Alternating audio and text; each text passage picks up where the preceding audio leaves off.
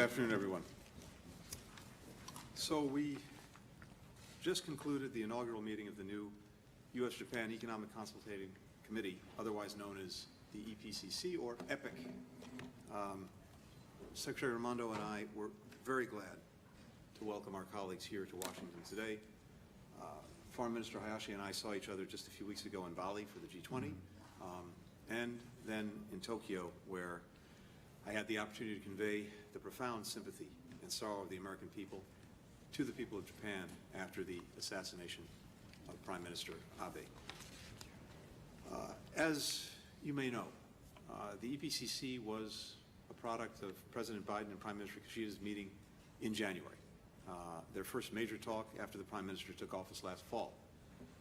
They agreed that the U.S.-Japan alliance has never been stronger or more necessary, and that our countries should deepen our cooperation to strengthen the rules-based economic order, to address urgent challenges facing our workers, our businesses, people, and accelerate open, inclusive, and sustainable economic growth in the Indo-Pacific and beyond.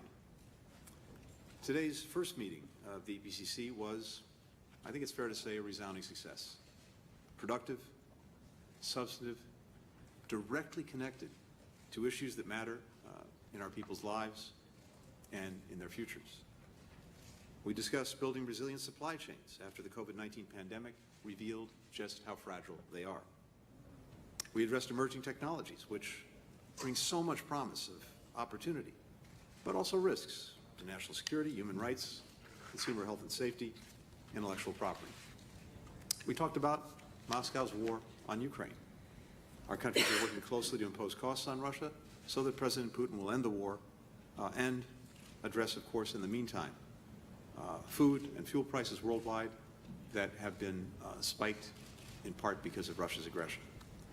We discussed development finance and the problem of opaque lending practices that can weigh down countries with unsustainable debt. And we addressed the People's Republic of China and how its coercive economic practices go against an open, inclusive, rules-based international economic order that gives all countries a chance to participate, to compete, and to grow. Japan and the United States believe in a global economy where all countries hold themselves to norms, to standards, to practices that allow people, ideas, goods, capital to move freely, where disputes are resolved swiftly, peacefully, openly, and where trade and commerce support workers, raise incomes, protect the environment, and create opportunity for as many people as possible. The EPCC is the latest addition to an ever-growing partnership with Japan. A few months ago in Tokyo, our two countries joined 12 others to launch the Indo-Pacific Economic Framework to support a stronger, fair, more resilient economy across the region. Our countries work together through the Quad with India and Australia on issues from global health to the climate crisis to infrastructure. We cooperate through the OECD to tackle bribery and corruption, through the Global Action Plan to fight COVID-19, through the new Mineral Security Partnership to bolster critical mineral supply chains. And beyond all of these different initiatives and fora, the bilateral relationship between Japan and the United States encompasses just about every issue we face, from protecting our national security to defending human rights to advancing our vision for a free and open Indo-Pacific region. The work that we did today, making clear together that our economic security is a vital component of our overall national security and well-being, I think just underscores the importance and the breadth and depth of our partnership. We are deeply grateful for our alliance with Japan. It stretches back decades, sustained by cherished ties of family and friendship between our peoples. The work we did here today reflects the strength of that partnership, but also, importantly, carries it forward. On a separate note, earlier today, I spoke with Russian Foreign Minister Lavrov. We had a frank and direct conversation. I pressed the Kremlin to accept the substantial proposal that we put forth on the release of Paul Whelan and Brittany Griner. I also emphasized that the world expects Russia to fulfill its commitments under the deal it reached with Ukraine, Turkey, and the United Nations on grain shipments from Ukraine. Ambassador Brink, our ambassador to Ukraine, was in Odessa this morning. She confirmed that the ships are loaded and ready to go, it is important and vital that Russia make good on the commitments it's made to the world. As I made clear, we're looking to see that move forward as soon as possible. I also made clear to Foreign Minister Lavrov that in light of recent statements coming from the Kremlin about their plans to proceed with the further annexation of Ukrainian territory, indeed, the Foreign Minister's own words about replacing a democratically elected Ukrainian government as well as being part of their ongoing plans, those plans would never be accepted. The world will not recognize annexations. We will impose additional significant costs on Russia if it moves forward with its plans. We'll also continue to stand with Ukraine, support its ability to defend itself, impose costs on Russia until it ends its aggression. We continue to coordinate closely with allies and partners, including very closely with Japan, to support Ukraine and to hold Moscow to account. And as always, we're prepared to work with Ukraine and others to support any meaningful diplomatic efforts to end the war, to end the aggression. So, with that, let me just thank my colleagues so much for an incredibly productive meeting and for designing together the way ahead and to make sure that the EPCC really is an epic achievement between our countries. Thank you.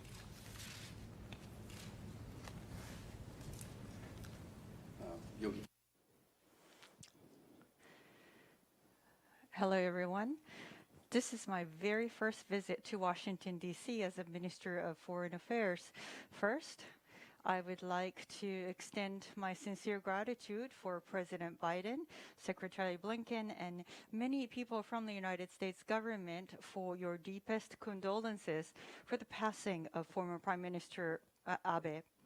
I would like to thank the thoughts extended by the people in the United States.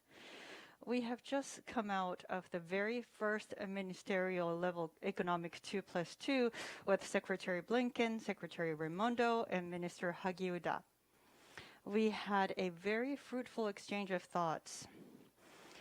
I would like again to thank both secretaries for their wonderful hospitality. The Economic 2+2 is the first attempt in the alliance of Japan and the United States to discuss foreign and security policy and economic policy as a unit. In the background, there is a shared urgency between Japan and the United States that existing international order is challenged not only by unilateral attempt to change the status quo by force, but also by attempt to realize strategic interest by exerting economic influence in unfair and opaque ways. In order to respond to such crisis effectively, today, 4 ministers from Japan and the United States gathered and discussed a wide variety of issues, including economic policies of respective countries, establishment of a regional economic order, and economic security. This is the response to the requirement of time, and I believe it serves as a strong message about the adaptability of Japan-US alliance in a rapidly changing international economy, and about the resolve by Japan and the United States to lead the international cooperation in this area. Today, we discussed the following points and confirmed on the cooperation. First, we discussed a rules-based free and open international order. As the economy has a strong influence on diplomacy today, Japan and the United States confirmed that we would cooperate with like-minded countries, not only from the economic perspective, but also from a strategic perspective, in order to maintain and develop international order to ensure economic security. Regarding energy security and food security, we discussed assistance to those countries that are gravely impacted by the invasion of Ukraine by Russia. Also, I expressed Japan's support on IPEF, and as the United States plays a more active role in economic order of the Indo-Pacific region, and conveyed my strong hope to both secretaries that the United States come back to TPP soon. Second, we discussed response to the exertion of international economic influence to hinder intentional economic influence to hinder solidarity in the international community and to distort foreign policies of different countries, and confirmed on a shared awareness. Economic coercion issue was also taken up by G7 Elmo Summit, and I hope to deepen the discussion towards the G7 Hiroshima Summit. Also, regarding the unfair and opaque development finance, I hope that Japan and the United States can work together to ensure all countries comply to the international rules and standards.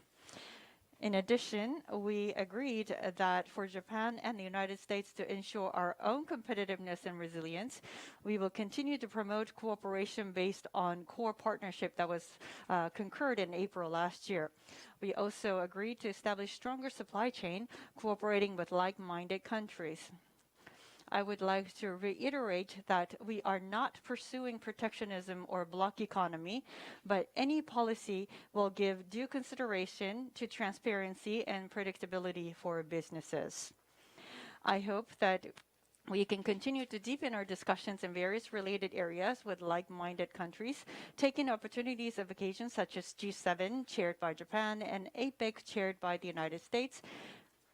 We have agreed to hold the ministerial meeting on a regular basis, and I look forward to our next meeting.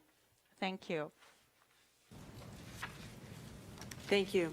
Thank you. Good afternoon. And thank you to Secretary Blinken for hosting us, bringing us together. And thank you to Ministers Hagiuda and Hayashi for joining us and for being present here in the United States for this very important meeting. I also would like to join with Tony in expressing my condolences to our colleagues and to the people of Japan for the tragic loss of Prime Minister Abe. So I share the assessment with Secretary Blinken that today's meeting was a resounding success. We had candid, productive, open, substantive discussion, and I'm very proud of the joint progress on promoting economic growth, addressing threats to the global order, and enhancing security and resilience. The close ties between the United States and Japan support good jobs in both of our countries and contribute to our mutual prosperity and security. Our alliance is an increasingly important force for peace and prosperity, not only in the Indo-Pacific region, but in fact, throughout the world. I also want to acknowledge how deeply grateful I am that Congress yesterday finally approved funding for the CHIPS Act. As we discussed today, semiconductors are the linchpin of our economic and national security, and we had an excellent discussion today around how Japan and the United States could collaborate, especially with respect to advanced semiconductors. The $52 billion investment in the CHIPS Act in domestic semiconductor production will enable us to create hundreds of thousands of jobs in the United States, rebuild American manufacturing, and strengthen our supply chain for decades to come.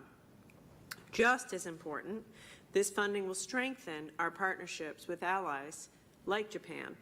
It will enhance our joint work on supply chains, promote the competitiveness of both of our nations, and, importantly, make us less dependent on our adversaries for such a critical piece of technology.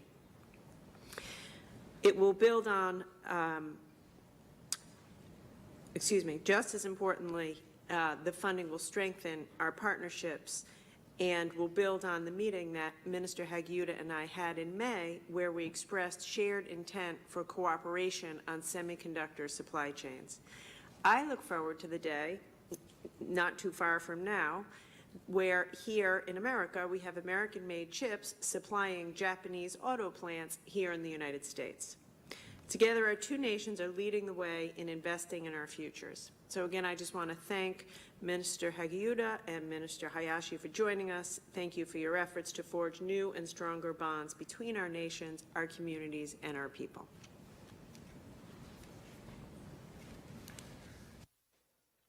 I'm Haguida Koichi, Minister of Economy, Trade and Industry. First, I express also my gratitude to American people for sending heartfelt condolences to former Prime Minister Abe. Japan-U.S. alliance is a cornerstone of Japan's diplomacy. former Prime Minister Abe has always said so. On his historic visit to Hiroshima and Pearl Harbor with President Obama, I also accompanied them as then Deputy Chief Cabinet Secretary. Former Prime Minister Abe has staked his political life throughout on making Japan-U.S. people's ties stronger. President Biden came to Japanese embassy to express condolences. Secretary Blinken came to Japan. And Secretary Raimondo gave us a heartfelt message. I understand within the United States, flag was hoisted half-mast at many places, not only government buildings. It shows a deep ties at people's level between our two countries. In place of former Prime Minister Abe, I sincerely express my gratitude from the bottom of our heart. Japan is back. Prime Minister Abe declared in Washington about 10 years ago. Japan will once again exert leadership with the United States, the champion of democracy, hand in hand for peace and prosperity of the world.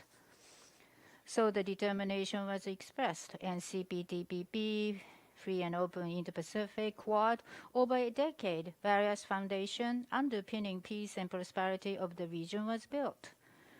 State Secretary Blinken the other day said he feels such a loss. Frankly, entire Japan is covered with a big sense of loss. However, Japan is here to stay. Going forward, Japan will work hand in hand with the United States and work toward the peace and prosperity of the world. To clearly state our determination to you, I came here. Today, for the very first time, Economic 2+2 was held. The framework has been laid down. Supply chain risk, economic coercion, foreign security policy, and economic policy have become inseparable. Under such an era, Japan-U.S. foreign and economic ministers are meeting together, having an intensive discussion and sending unified messages to the world. Its significance is very large. To address new challenges, such as digital, a new economic order based on rules will be built under U.S. administration's leadership with wide participation of countries in the region. We welcome that the new economic architecture is being built at IPEF, energy security, business, and human rights, developing trusted infrastructure such as information communication, supply chain resilience, such as batteries and critical minerals and such. There are heaps of issues out there to be tackled.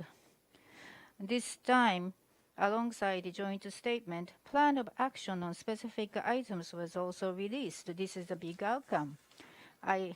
In critical and emerging technologies, like space, ocean, and cyber cooperation will be strengthened, and economic security will be ensured. Today, substantial time was spent on these topics for discussion. Issues will be dealt with in an offensive way as well as defensive way at the same time, combined with protection, with export control. Advanced technology development will be promoted. We concur to accelerate the Japan-U.S. joint development of next-generation semiconductors. Japan will quickly move to action. Japan's wisdom will be collected from AIST, Blinken, and University of Tokyo on research on next-generation semiconductor research. Decision was made to launch a new R&D organization. It will be open to overseas businesses and to research institutes. It will be an international joint research hub. We are determined to collect the strength of Japan, science and technology-based nation, and lead cooperation between Japan and the United States and among like-minded countries. Unilateral use of economic force in violation of international rules to fulfill diplomatic demand should never happen. From the Pacific Ocean to Indian Ocean, this wide expanse of ocean and sky is free and open to anyone. Regardless of the size of the country, it should bring benefit to all the countries. This economic 2+2 is, as it were, compass for realizing free and open Indo-Pacific. This is a foundation for peace and prosperity of the region. Toward that end, together with Commerce Secretary Raimondo, State Secretary Blinken, and Foreign Minister Hayashi, who are all here, I'm determined to do my best. Thank you very much. We'll now turn to questions. We'll alternate two per side. We'll start with Sean Tandon, and he gave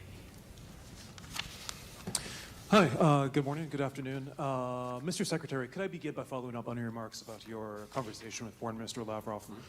How confident are you about this raising the chances of bringing home Brittany Griner and Paul Whelan? What is the sense that you got from Foreign Minister Lavrov?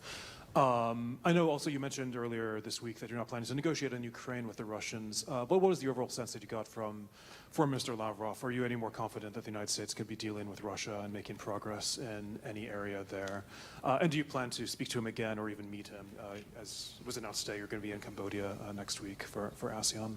And perhaps if I could open up to everybody here a week of phone calls, I suppose. The phone call yesterday that the president had with President Xi of China, does this do you feel that this makes any progress on the issue of Taiwan? How concerned are you about the tensions in Taiwan right now, and a potential visit by Speaker Pelosi? Do you think that are you confident that that's something you can work through, or are you worried about that aggravating the situation? Thank you very much. Thanks. Sean, thank you very much.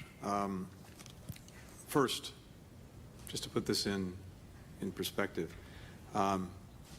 we said all along that if we thought there was any opportunity to advance diplomacy to end Russia's aggression against Ukraine, we would, of course, take it. Unfortunately, tragically, we've seen no opening, willingness on the part of Russia to engage meaningfully on ending the aggression. At the same time, I've also said that if there are issues where it could make a difference in senior Russians hearing directly from me or from colleagues, we would, of course, pursue that. And with regard to the call with the foreign minister today, as I noted the other day when we had an opportunity to speak, I told you what I intended to raise with him, and I raised exactly what I said I would raise with him. That is the significant proposal that's been on the table for some weeks now that would lead to bringing home Paul Whelan and Brittany Griner. I urged Foreign Minister Lavrov to move forward with that proposal. I'm not going to characterize his response, and I can't give you an assessment of whether I think things are any more or less likely, but it was important that he hear directly from me on that. Second, as I said the other day, on behalf of many, many countries around the world, getting Russia to move on the commitments it's made, not just to the United Nations, Turkey and Ukraine in the context of the deal that was agreed, but to the entire world that is looking for an end to the blockade of the Odessa port by Russia that has denied so many people the food that they need and depend on, and has also resulted in a significant increase in food prices over many months. Important that he hear directly from me on behalf of many other countries the expectation that Russia would move forward with its commitments and would end the blockade and allow the ships to sail. And finally, you heard me say the other day the deep concern that many countries around the world have in hearing in recent days about Russia's expanded war aims in Ukraine, particularly their plans to proceed with the annexation of additional Ukrainian territory. And I laid out exactly what we anticipate they will do in the weeks and months ahead, including having sham referendums in these parts of Ukraine, trying to falsely demonstrate that the people in these parts of Ukraine somehow seek to become part of Russia, all to advance President Putin's objectives in gobbling up as much Ukrainian territory as he can, and from his perspective, trying to erase Ukraine as an independent sovereign country. That, of course, is not going to happen. The Ukrainian people have made clear that that's not going to happen, and the world has made clear they're not going to let that happen. But short of that, President Putin is trying to grab as much Ukrainian territory as he can. And it was very important that the Russians hear directly from us that that will not be accepted. And not only will it not be accepted, it will result in additional significant costs being imposed upon Russia if it follows through on those plans. So I don't want to characterize any of Foreign Minister Lavrov's responses. If you have an opportunity to ask him, please proceed. With regard to the call between President Biden and President Xi, first, as you know, this followed previous discussions, including most recently in March, And it also builds on a number of recent engagements, including the time I spent with Foreign Minister Wang Yi in Bali, where we spent about 5 hours together. The National Security Advisor, Jake Sullivan, the Secretary of Defense, the Treasury Secretary, the Chairman of the Joint Chiefs of Staff, have each had recent conversations or engagements with their counterparts. And this is part of our effort to make sure that we maintain and deepen lines of communication with China, to responsibly manage the many differences that we have, and to work together wherever it is that our interests align. And that was very much the nature of the conversation. I can just say, again, it covered basically three things. Where our two countries can work together, with a particular focus on climate change, on health security, on counter-narcotics. Second, an exchange of views on Russia's aggression in Ukraine. And finally, Taiwan, where President Biden underscored that our policy has not changed. The United States strongly opposes any unilateral efforts to change the status quo or to undermine peace and stability across the Taiwan Strait. So that was the nature and basically the substance of the conversation they had. They touched on a number of other issues. But look, I'll just say this in conclusion. We have many differences when it comes to Taiwan, but over the past 40+ years, we have managed those differences and done it in a way that has preserved peace and stability and has allowed the people on Taiwan to flourish. It would be important as part of our shared responsibility to continue to manage this in a wise way that doesn't create the prospect for conflict. And keeping open lines of communication on this issue, especially between President Biden and President Xi, I think is vital to doing that. We believe direct communication between the leaders is the most essential aspect of meeting our responsibilities to manage issues as fraught as Taiwan in the most responsible way possible.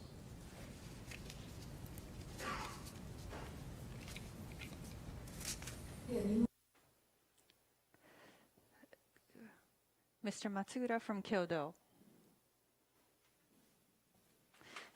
Thank you very much for the opportunity. This is Matsuda. This is a question to Minister Hayashi and Secretary Blinken. Looking back at the history of Japan-U.S. relations, it was in 1990 that Security 2+2 was upgraded to the ministerial level. Today, 2+2 has been expanded to economic area, and the Japan-U.S. alliance has come to the new stage. On the other hand, in the international community, China is attempting to widely broaden its influence, leveraging its economic power. So what is the significance of Japan and the United States coming together to try and maintain and strengthen the economic order? Also, how do you plan to build on today's discussion in G7 and with ASEAN as they have strong economic tie with China? First of all, Japan and the U.S. have been working together in solidarity to make sure that unilateral attempt to change status quo would not be allowed in the international community. On the other hand, as I said at the outset, for Japan and U.S. to effectively respond to the unfair and opaque use of economic influence, it is necessary to think about diplomacy, security, and economy as a unit. In particular, since the United States and Japan are number 1 and 2 democratic economies in the world, it would be beneficial for us to discuss strategically about the policies to be implemented in such situation. Economics 2+2 is here to respond to this kind of requirement of this era and to demonstrate that the alliance can adapt to the changes in the international environment. Based on today's economic 2+2 discussion, the governments of Japan and the United States will promote cooperation in various areas and work to maintain and develop orders in the international community, including Indo-Pacific region. Also, for forming international economic order, not only cooperation between Japan and the United States, but also cooperation with like-minded countries is essential. We hope to share strategic cooperation and issues that we discussed today at Economic 2+2 with the G7 countries in a summit chaired by Japan next year, so that we can further expand the cooperation. Also, regarding the relationship with ASEAN. Japan and the United States have always respected the unity and centrality of ASEAN while promoting concrete cooperation towards achievement of free and open Indo-Pacific and ASEAN outlook on Indo-Pacific. We will continue to closely cooperate with regional partners, aiming to achieve sustainable and inclusive economic growth in Indo-Pacific region and economic security that we discussed today during the Economic 2+2, and also by utilizing framework such as IPEF by the United States.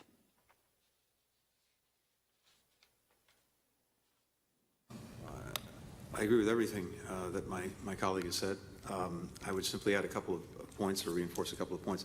First, the United States and Japan share a conviction that economic security and national security are inseparable. They are fundamentally linked. And I think it was very important to both of us and all of our colleagues to further elevate the discussions we're having on economic security issues because they're really front and center on our agenda and on the world's agenda.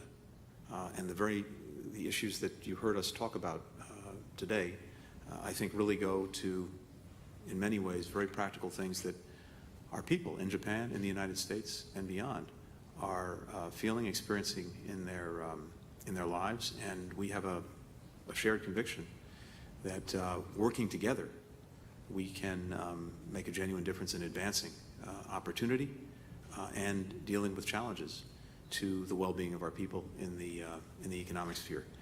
So that's the most important thing. Second, I would simply say that many of the initiatives that we're engaged in together, whether it's between the United States and Japan, whether it's in the context of ASEAN, IPEF, the Quad, these are mutually reinforcing. And they, in effect, add strength to each other. And I think we saw that today because many of the things that we talked about overlap with issues that are on the agenda of IPEF, the Quad, et cetera.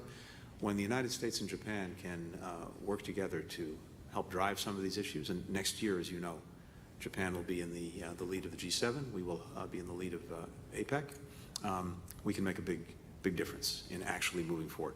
Last thing is this. We get to stand up here and share with all of you the results of our meeting. The truth of the matter is there are a number of people who are sitting with us today and others who are back in their ministries in Tokyo and here in Washington who really drive the work every single day. So we've agreed that we will meet again among the four of us next year, but in between then, we've laid out a very detailed and concrete agenda for our teams to follow up on between now and the end of the year and then into next year, so that not only have we set out a basic vision together and framework for the work that our countries can do, we'll actually follow up with concrete initiatives to make all of this real. So I think that's the other importance of today, an agreement that we're really going to drive this forward together over the next months.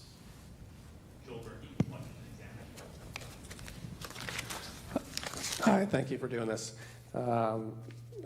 Mr. Foreign Minister, I wonder, starting on Taiwan, is the Japanese government making any contingency planning from a security perspective for a potential crisis in the near term, whether that would be prompted by a visit from Speaker Pelosi or some other visit? And does the Japanese government envision a role for the G7 to intervene with any economic leverage to deter or mitigate the risk of escalation in such a crisis? Secretary Raimondo, you've spoken before about the Russian military being forced to strip semiconductors from kitchen appliances in Ukraine. Do you have any sense of whether those supply constraints that they have are imposing a time limit on their military operations there? And more generally, do you see that being applicable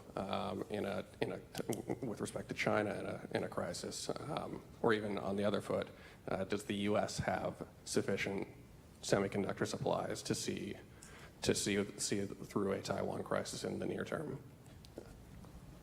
And then Secretary Blinken, the USS Ronald Reagan Carrier Strike Group is in the South China Sea. but there's been a lot of ink spilt on the vulnerability of the surface fleet if there were a crisis with China. Are you having any conversations about near-term pre-positioning of defense assets and, with Japan or other allies in the region next week? Thank you.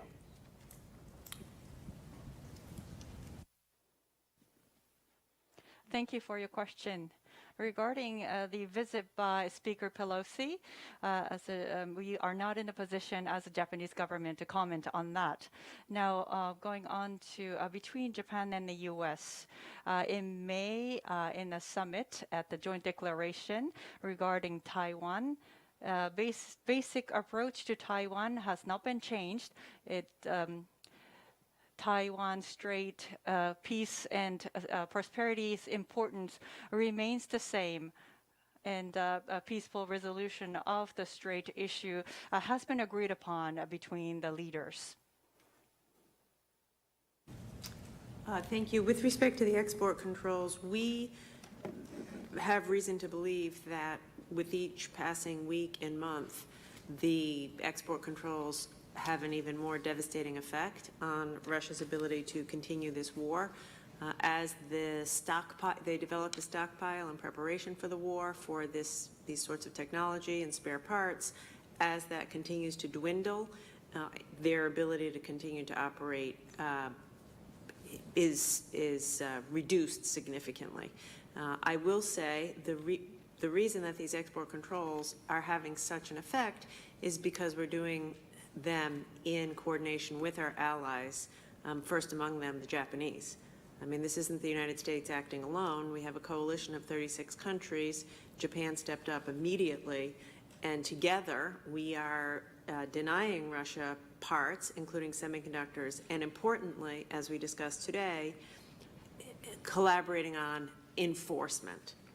And we will continue to collaborate on enforcement to continue to deny Russia what it needs to continue this war. With respect to the United States, I have no concern that we have an ability to meet our needs. And furthermore, the fact that Congress acted yesterday on the CHIPS Act is an enormous step forward to ensure that we'll be able to protect ourselves and our allies and have adequate semiconductor supplies for decades to come. And with regard to any contingencies and any preparations made on a military level, I defer to the Pentagon.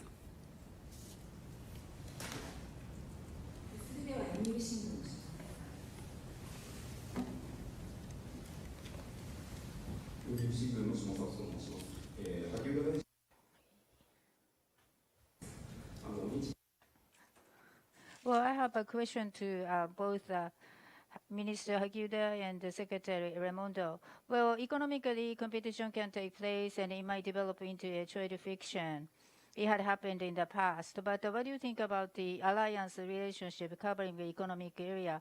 And what are you thinking about further strengthening the semiconductor supply chain? What will be the future state of cooperation between Japan and U.S., particularly in the semiconductor? And also, do you have a plan to widen the framework between the Japan and the United States? Thank you for your question. Well, when you talk about the competition, it should be based on the free and fair rules. Then it can drive economic growth and can be a source of vitality. We are the world's number 1 and number 3 economic power. Japan and U.S. will work closely, encouraging each other and enhance competitiveness and grow together. On the other hand, problems have come about that there are conduct which might threaten economic order or free and fair rules. Sometimes one country may use force of superiority of a supply chain to their advantage. Economic coercion violating international law is totally unacceptable. Freedom, democracy, basic human rights, rule of law, these are the universal values we share together between the two countries. We need to keep on adhering to the economic order based on the rule. We are always looking for level playing field in terms of the competition so that the regional peace and prosperity's foundation can be laid down. That is a big responsibility incumbent upon the two countries. Next generation semiconductor technology development would determine the future industrial competitiveness, top priority area for our cooperation. Leaders Summit in May had agreed to have a joint task force on the research and development of next generation semiconductor research. Already met last month. And together with Secretary Raimondo, we agreed on the basic principle for the cooperation semiconductor. We will work with like-minded countries to expand our cooperation. Toward the 2020's realization of R&D on the next generation semiconductors, HRD, and supply chain resilience, we are going to put that into action. We will look into the future implementation of R&D. As I said, the AIST, Riken, and University of Tokyo will offer their expertise in the next generation semiconductor research. Wisdom will be collected to launch a new R&D organization. It will be made open to overseas businesses and research institutes, inclusive of Japan, US, and like-minded countries in the region. We hope to make it into a hub for the international joint research. Right before this press conference, I had a bilateral with Secretary Raimondo, and thanks to her effort, the CHIPS Act has passed in the United States. It's epoch-making, and there is going to be a way where further commitment can be made on both public and private side. Thank you. Extremely well said by my colleague. I concur with everything he said. I would simply underscore 2 points. One, in the Indo-Pacific Economic Framework, which we have launched, and with Japan and a dozen other economies in the Indo-Pacific, there is a pillar focused on supply chains. And we expect that a core piece of work in the Indo-Pacific Economic Framework and supply chains will be focused on semiconductors, aligning research and development, coordinating on export controls, working together. Secondly, after the passage of the CHIPS Act, our goal now, the Department of Commerce will be implementing the CHIPS Act with the goal of rebuilding the entire semiconductor supply chain in America. And we welcome Japanese foreign direct investment into the United States as we develop that supply chain, specifically in the areas of chemicals and substrates, materials. The Japanese are world leaders, tooling, and we look forward to, and as the minister said, research and development in emerging technology. It's impossible to overstate the significance of Congress's action yesterday and the opportunity for collaboration that opens for the United States and Japan to strengthen the semiconductor supply chain. That concludes the press conference. Thank you, Your Excellencies. Thank you, everyone.